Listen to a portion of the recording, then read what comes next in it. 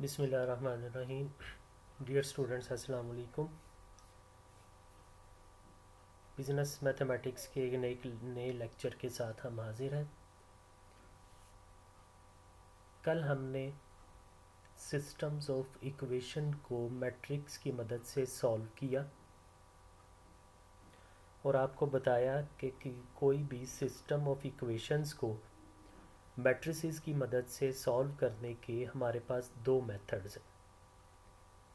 पहला method Cramer rule है और दूसरा method inverse of a matrix. तो कल हमने पहला तरीका यानी क्रैमर रूल को इस्तेमाल करते हुए सिस्टम ऑफ इक्वेशंस को मैट्रिसेस की मदद से सॉल्व किया।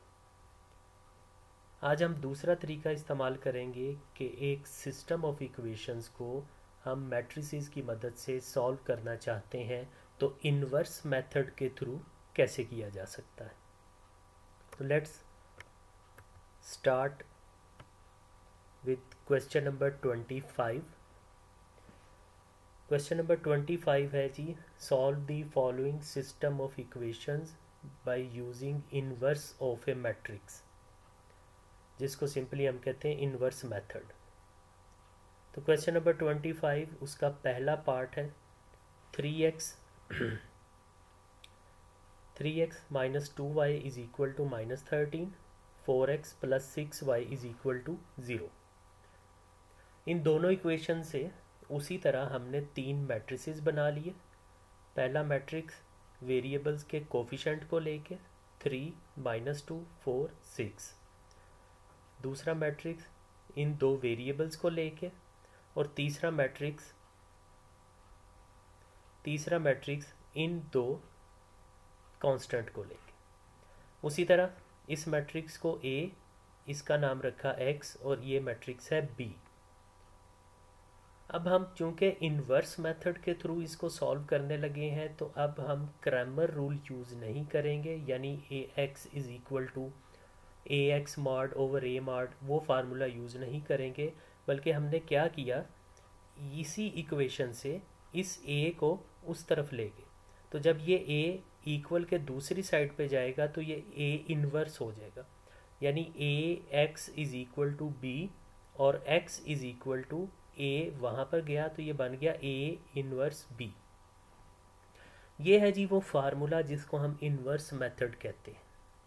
अब इस फार्मूले के मुताबिक हम इस क्वेश्चन को सॉल्व करेंगे और देखेंगे कि इस फार्मूले के मुताबिक हमें कौन कौन सी चीज़ें रिक्वायर्ड हैं। x which is equal to X Y हमारे पास है, b which is equal to -13 and 0 ये भी हमारे पास है। The only thing that we have to find is A inverse. तो A इन्वर्स फाइंड करेंगे पहले। A इन्वर्स का क्या फार्मूला होता है, अगर आपको याद हो 1/a mod into adjoint of A। अब पहले A मॉड फाइंड कर लेंगे। ये हमारे पास A दिया हुआ है जी, इसका मॉड आ जाएगा 3 इंटू 6 माइनस फार्मूले का -2 इंटू 4। तो 3 इंटू 6 18 आ गया, माइनस और माइनस प्लस हो गया, 2 इंटू 4 8 आ गया, तो 18 प्लस 8 26 आ गया। ये क्या आ गया, ए मॉड।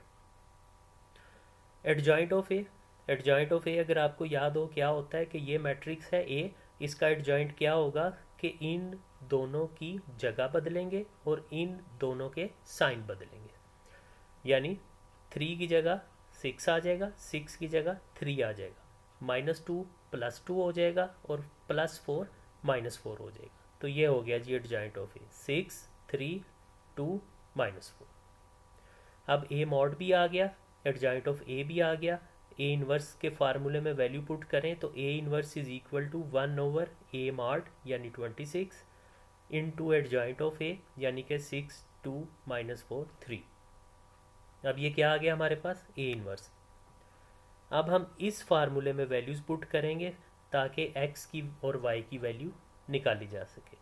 तो x is equal to A inverse b, x की जगह x की वैल्यू यानी एक्स वाई, ए इन्वर्स की जगह ए इन्वर्स की ये वाली पूरी वैल्यू 1/26 और 6 2 -4 3, और इस b की जगह b की वैल्यू जो कि क्या है -3 और 0।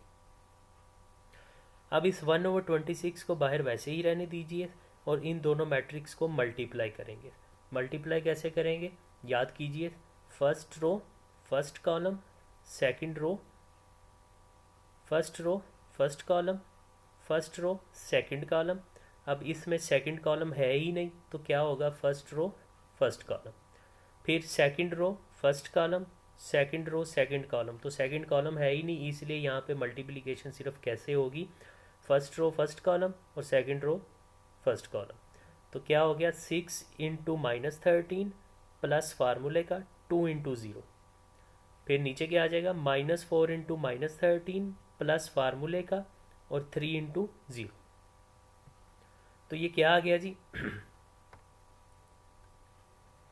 -3 इंटू -13 इंटू 6, ये आ गया -78 प्लस 2 इंटू 0, 0 आ गया। नीचे -4 इंटू -13, ये आ गया जी +52 प्लस 3 इंटू 0, 0 हो गया। यानी हमारे पास क्या आ गया, 1/26 इंटू -78/52। अब ये 1/26 अंदर इन दोनों से मल्टीप्लाई होगा तो ये बन जाएगा -78/26 और नीचे आ जाएगा 52/26। तो x आ गया -78/26 और y आ गया 52/26। अगर आप इतना ही आंसर लिख दें तब भी ठीक है, अगर आप इसको फर्दर डिवाइड कर देते हैं तो तब भी आपका आंसर ठीक होगा। तो हमने इसको क्या किया, हमने फर्दर डिवाइड कर दिया, 26 के टेबल पे ही किया, 26 1 ज़ा 26, 26 3 ज़ा 78 और 26 2 ज़ा 52। तो x की वैल्यू आ गई -3 और y की वैल्यू आ गई 2। तो ये हो गया जी ये हमने इस सिस्टम ऑफ इक्वेशंस को सॉल्व कर लिया using inverse of a matrix. ठीक है, मुझे उम्मीद है ये तरीका आपको समझ आ गया होगा। अब नेक्स्ट देखिए, इसी मेथड से एक और क्वेश्चन सॉल्व करते हैं जो कि क्वेश्चन नंबर 25 का जी, क्वेश्चन नंबर 25 का 4th पार्ट है। ये क्या है, रकम है जी 4x माइनस 8y is equal to -4, 5x प्लस 3y इज इक्वल टू 34। उसी तरह इन दोनों इक्वेशन से हम 3 मैट्रिक्स बनाएंगे।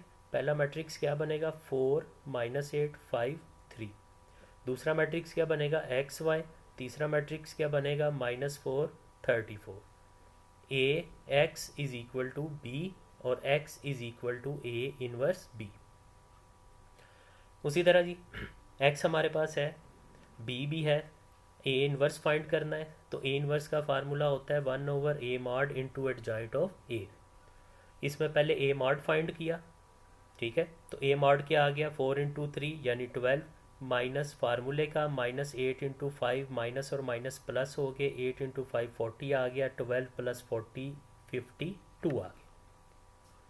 एडजॉइंट ऑफ ए क्या होगा जी, ये ए है तो इसका एडजॉइंट क्या होगा, उसी तरह 4 और 3 की जगह बदलेंगे, -8 और 5 के साइन बदलेंगे। तो एडजॉइंट आ गया 3 8 -5 4 सॉरी। अब ए इनवर्स में वैल्यू पुट करेंगे तो क्या वैल्यू आ गई, 1/A mod यानी 1/52 into adjoint of A. Adjoint क्या आ गया, 3 8 -5 4। इसको ऐसे ही रहने दें ए इनवर्स को। अब x is equal to A inverse B, तो यहाँ पे वैल्यूज पुट कर दें, x की वैल्यू XY, ए इनवर्स की वैल्यू 1/52 और 3 8 -5 4 इंटू बी यानी -4 एंड 34। तो 1/52 बाहर उसी तरह रहा, अंदर इन दोनों मैट्रिसेस को हमने मल्टीप्लाई कर दिया तो अंदर आ गया 260 और 156, फिर 260/52 और 156/52। तो आप चाहे यही आंसर रहने दीजिए। अगर आप इसको फर्दर डिवाइड करना चाहते हैं तो वो 13 के टेबल पे इसको करेंगे फर्दर डिवाइड, तो ये आ जाएगा जी x इज इक्वल टू 5 और y इज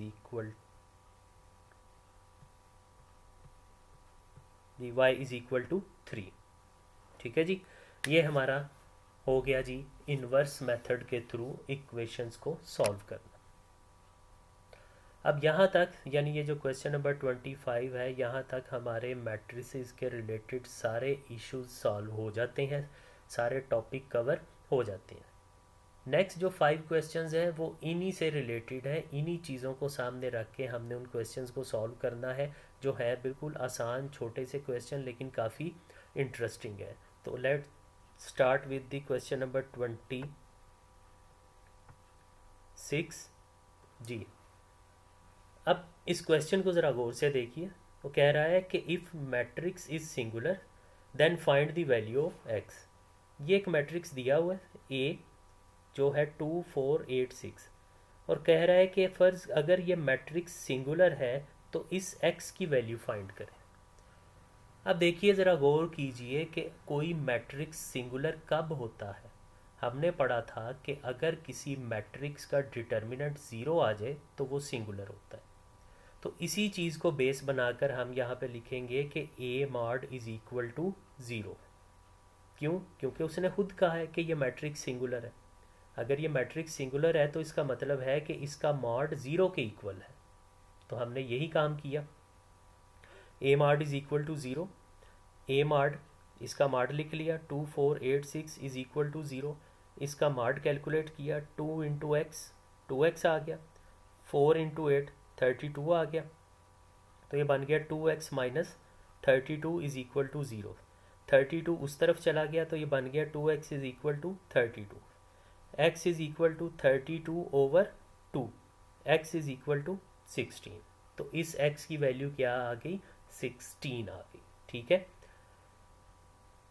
अब अगर आप यहाँ पर 16 पुट करके इसका मॉड लें तो वो वाकई ज़ीरो आएगा। कैसे? 16 को 2 से मल्टीप्लाई करेंगे तो 32 माइनस 4 को 8 से मल्टीप्लाई करेंगे तो 32, तो 32 माइनस 32 ज़ीरो आ गया, यानी ये वाकई मैट्रिक्स सिंगुलर है। तो इस तरह हम अपना आंसर चेक भी कर सकते हैं। बिल्कुल इसी तरह क्वेश्चन नंबर 27 है। फ़र्क सिर्फ ये है कि यहाँ पे जो मैट्रिक्स था वो 2/2 था, यहाँ पे जो मैट्रिक्स है वो 3/3 का मैट्रिक्स है। वो कह रहा है find the value of x, कि यहाँ पे इस एक्स की वैल्यू फाइंड करें इफ़ इस मैट्रिक्स का mod is equal to zero. यानी ऊपर वाले क्वेश्चन में उसने कहा था कि ये मैट्रिक्स सिंगुलर है, तो ये काम हमने खुद किया। यहाँ पर उसने सिंगुलर का वर्ड नहीं यूज़ किया बल्कि उसने डायरेक्टली ही उसका मॉड इक्वल टू ज़ीरो लिख के हमारे हवाले कर दिया।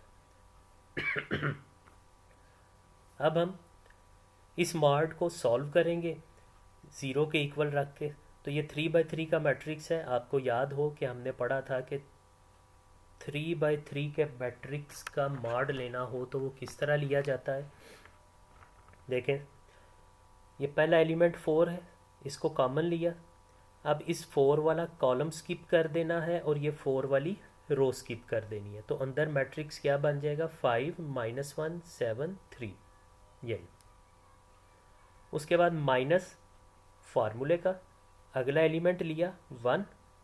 अब ये 1 वाली रो स्किप कर देनी है और ये 1 वाला कॉलम। तो अंदर क्या बच गया? 2 -1 x 3, ये लिख लिया हमने।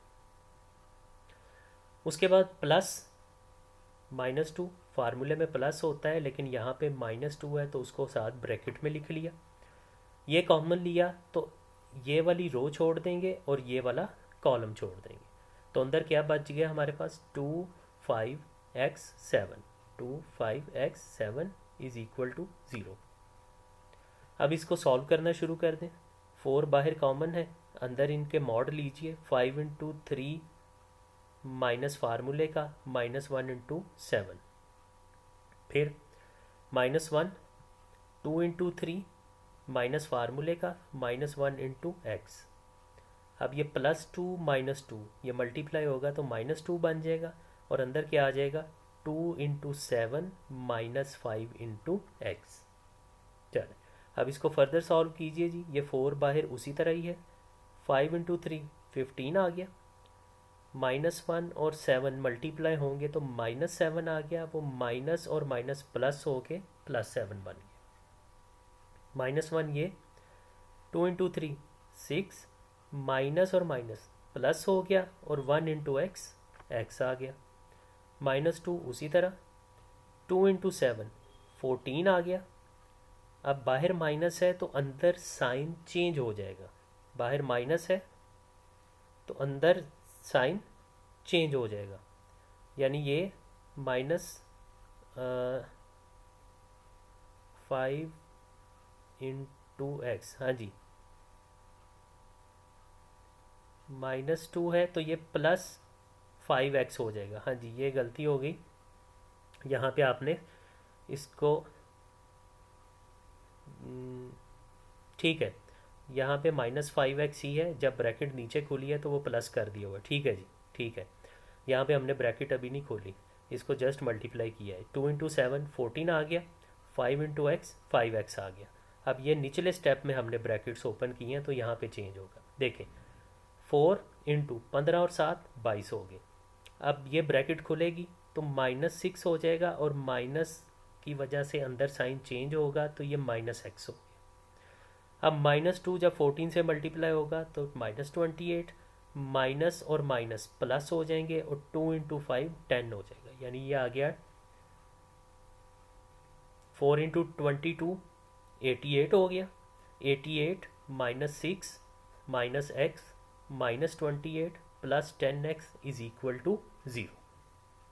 अब यहाँ से x वाली रकमें इकट्ठी कर लीजिए, 10x और -x, ये हो गया 9x, ठीक है।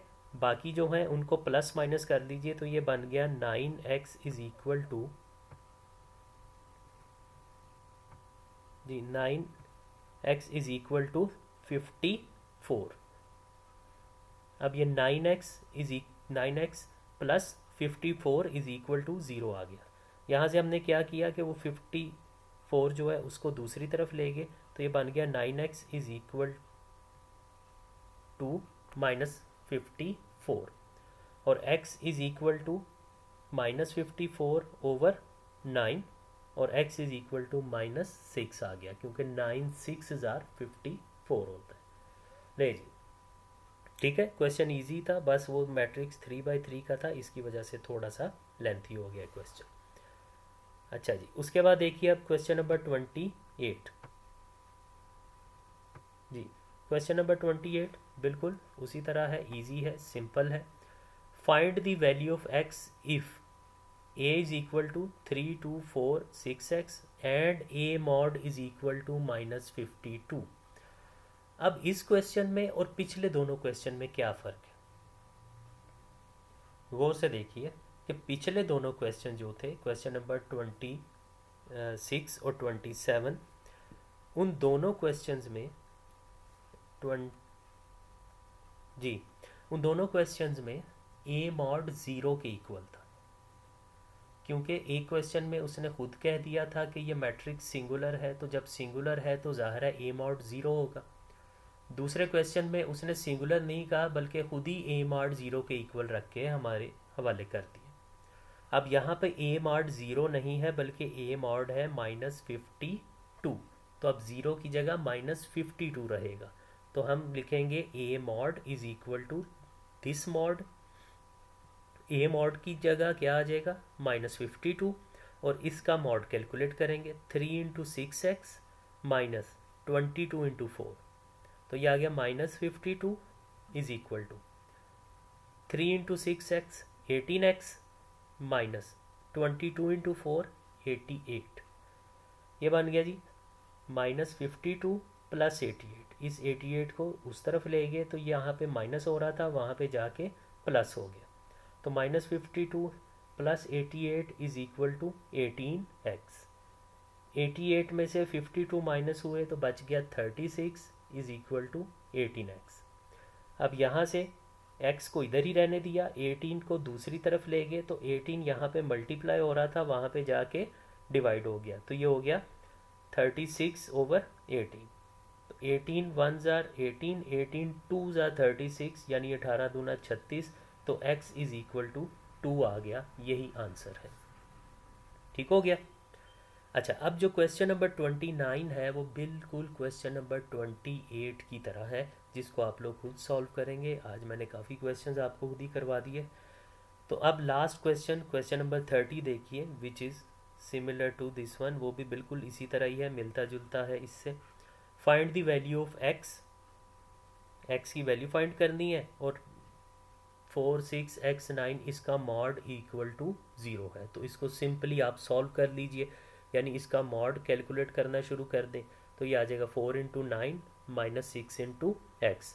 4 × 9 क्या आ गया, 36 minus 6x is equal to 0। फिर minus 6x is equal to minus 36, इस 36 को दूसरी तरफ ले गए तो ये प्लस है, वहाँ पे जाके माइनस हो गया। फिर क्या आ गया जी, minus 6x is equal to minus 36, minus और माइनस दोनों साइड पे हैं तो उसको कैंसिल कर दिया, तो बच गया 6x इज इक्वल टू 36, और x is equal to 36/6, x is equal to 6, क्योंकि 6 6 ज़ा 36, यानी काट दिया 6 6 36, तो x हमारे पास 6 आ गया। चले, ये था जी हमारा चैप्टर नंबर 7, मैट्रिक्स वाला चैप्टर आज हमारा कंप्लीट हो गया। इस चैप्टर में हमने मैट्रिसेस के रिलेटेड काफ़ी चीज़ों को डिस्कस किया है। हमने जो है कुछ क्वेश्चंस, कुछ टॉपिक इसके रेगुलर क्लासेस में पढ़े थे, कुछ यहाँ ऑनलाइन क्लासेस में डिस्कस किए हैं। तो अब आपका होमवर्क जो है वो ये है कि आपने क्वेश्चन नंबर 25 को कंप्लीट कर लेना है। उसके दो जो पार्ट हैं, दो जुज़ मैंने यहाँ पे आपको सॉल्व करवाए हैं, आप बाकी आपने खुद ही कर लेने हैं। और अगर उसी तरह किसी डिटर्मिनेंट मैट्रिक्स का डिटर्मिनेंट ज़ीरो आएगा तो वो फर्दर सॉल्व नहीं होगा, आप लिख देंगे कि सोल्यूशन डज नॉट एग्जिस्ट। उसके बाद के जो क्वेश्चन हैं वो मैंने 29 क्वेश्चन छोड़ा है, बाकी सारे मैंने आपको यहाँ पे करवा दिए हैं, जो बिल्कुल सिंपल हैं, सिर्फ थोड़ी सी आपकी समझ, थोड़े से ध्यान की ज़रूरत है, तो इसमें भी कोई ख़ास मुश्किल चीज़ नहीं है। तो नेक्स्ट आपका होमवर्क ये है कि आप सबकी होमवर्क वाली कॉपीज़ पे ये कंप्लीट होना चाहिए पूरा चैप्टर। नेक्स्ट लेक्चर में हम इंशाल्लाह इसके जो MCQs हैं उसको करेंगे, क्योंकि MCQs और शॉर्ट क्वेश्चंस भी आपको पता है काफ़ी इम्पॉर्टेंट है। तो नेक्स्ट लेक्चर के लिए नेक्स्ट वीक में जब लेक्चर होगा तो उस वक्त तक आप कोशिश करें कि हर एक की जो नोटबुक है उस पर ये चैप्टर, इसके तमाम क्वेश्चंस कम्प्लीटली सॉल्व हो चुके हों। ठीक है जी, थैंक यू, टेक केयर, अल्लाह हाफिज़।